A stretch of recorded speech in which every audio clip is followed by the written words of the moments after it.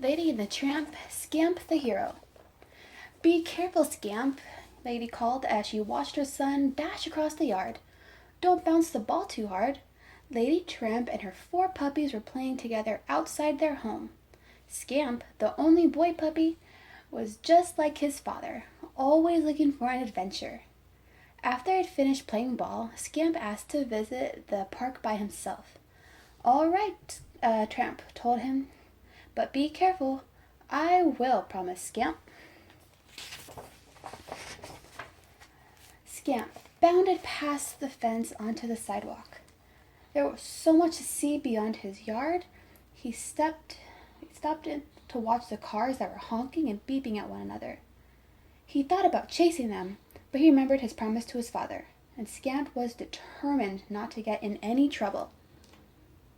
It wasn't long before trouble found him.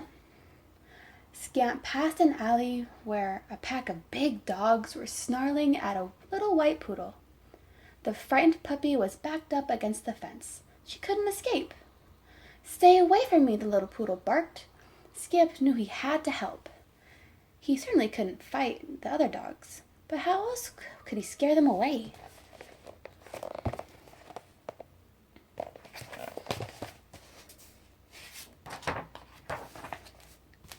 Then Scamp had an idea.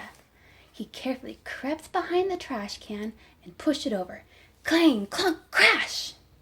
The noise frightened the big dogs away. His trick had worked.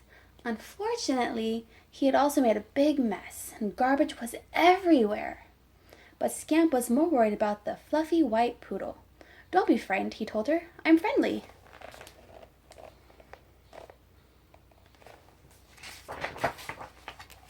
My name is Princess, the poodle said, and you're my hero.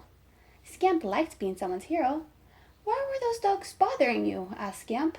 Because they wanted this, said Princess, and she pulled out something outside from a box. Wow! Exclaimed Scamp. It was the biggest bone he'd ever seen. Princess offered to share the bone with Scamp, but before they could start chewing on it, 2 police officers walked down the alley.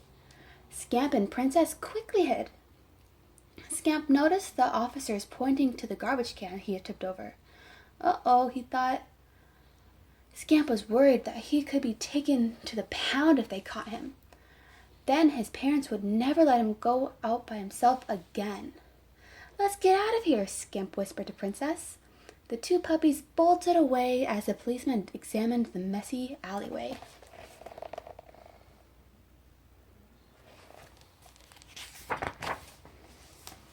Scamp and Princess raced down a hill and into the park. But all that running had made them very thirsty. Scamp hid the bone beneath a few leaves. Let's get a drink of water before we have this, he suggested. It'll be safe here.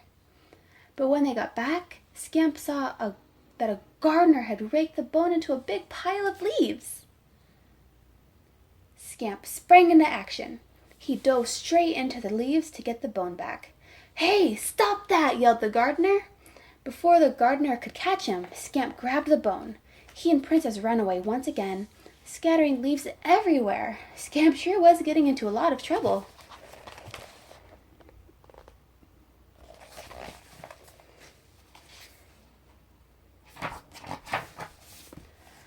Just then, Princess spotted a stern-looking police dog.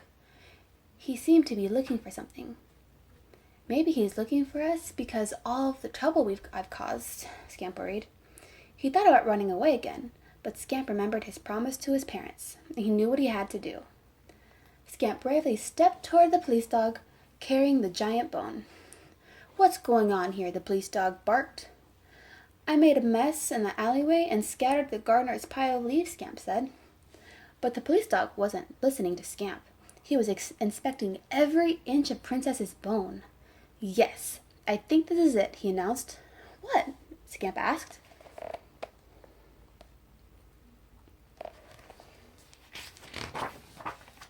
Let me explain, said the police officer. Last night there was a robbery at the museum. What did the thief take? Asked Scamp. A giant bone from our dinosaur skeleton, answered the police dog. He looked seriously at Scamp and Princess. That bone was exactly like this one. Where did you get it? I didn't steal it, Princess exclaimed. I found it in the alley. Maybe the real thief hid the bone there, suggested Scamp. The police dog thought about it. That Scamp might be right. Come with me, he said. Meanwhile, Lady and Tramp were out looking for Scamp. He had been gone for a long time, and they couldn't find him anywhere. They searched the park, but Scamp wasn't there. Then they went to the pond where Scamp loves to chase the ducks, but Scamp wasn't there. They even went to Tony's restaurant, but Scamp wasn't there either. Lady and Tramp were starting to get very worried.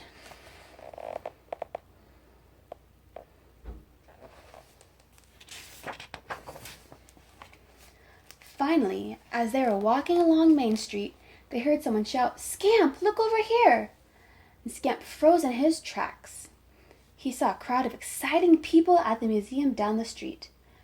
The pair ran inside, hoping to find their son. Lady and Tramp saw Scamp right away.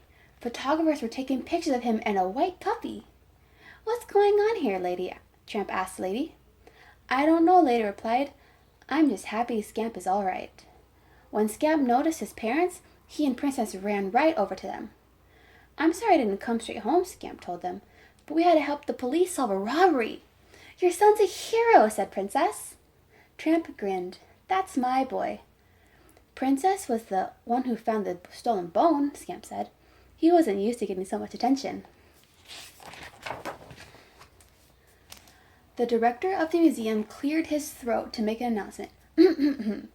"To thank our little heroes, we prepared a feast." He pointed to a long table covered in treats for the puppies. Scamp licked his lips. He had never seen so much delicious food all at once. And there were stacks of bones for him and Princess to enjoy, even if they weren't from a dinosaur. The end.